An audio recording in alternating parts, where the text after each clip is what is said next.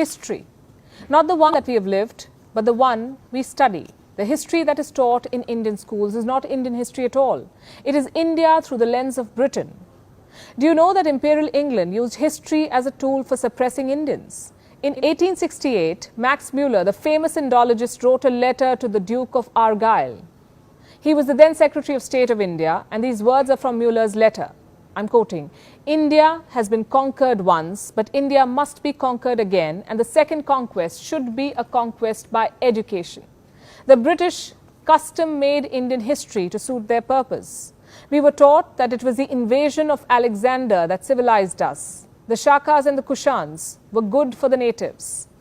The invasion of Muhammad bin Qasim, the Ghoris, the Tughlaqs, the Lodhis, the Mughals, they were all good for India. Akbar was great.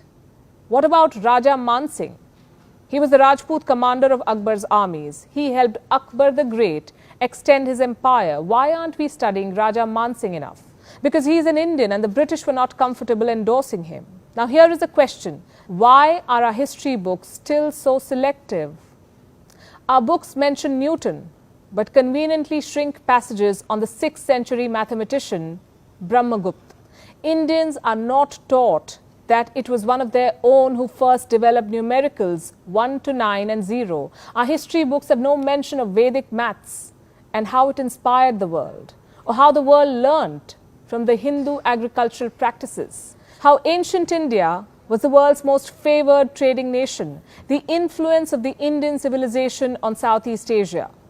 Also omitted from Indian history books is the Ahom dynasty. They ruled Assam for 600 years and even defeated the British. Why do our books gloss over the Cholas and the Pandyas?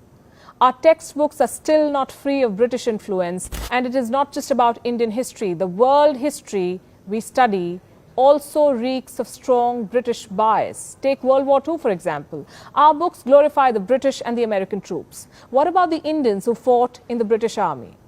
What Western historians also do not realize is that the turning point of the Second World War was the defeat of the Nazi army in Russia. The British can go ahead and hide this from their students, but why are we? India is still living in the shackles of the Raj. I will give you more examples. Under point number 3, and that is society. Our institutions are still living with a colonial hangover. The elected parliamentarians of independent India say aye and no when voting in the House. Those in favor may say aye. Aye. Those against may say no. Have you noticed the attire of the Darwans standing beside the Speaker of the Lok Sabha and the Chairman of the Rajya Sabha? Colonial. Judges in India are still referred to as my lord and your honor, lordship. And I don't even want to get started on how our judicial system with all the paperwork is so British. What about the use of sevadar or sahayaks in the Indian army? There has been so much hue and cry about it. The British pitted religions and ethnic groups against each other. Independent India continues to embrace that divide. We still follow the British education system, and we still do not give our children the freedom to innovate. They are enslaved by grades and test scores, the vices of the British education system. Freedom was not supposed to be a mere change of hands. How can we call ourselves independent if we do not have the freedom to make our choices? A woman still cannot rise up the ranks of the Indian army.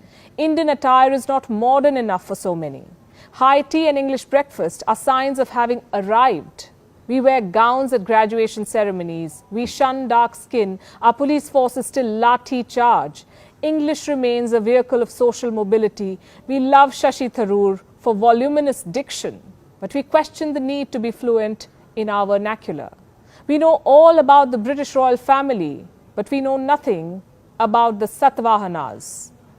The point I'm making is very simple. India has achieved a lot. No one can take away that from us. But many Indians still need to break free.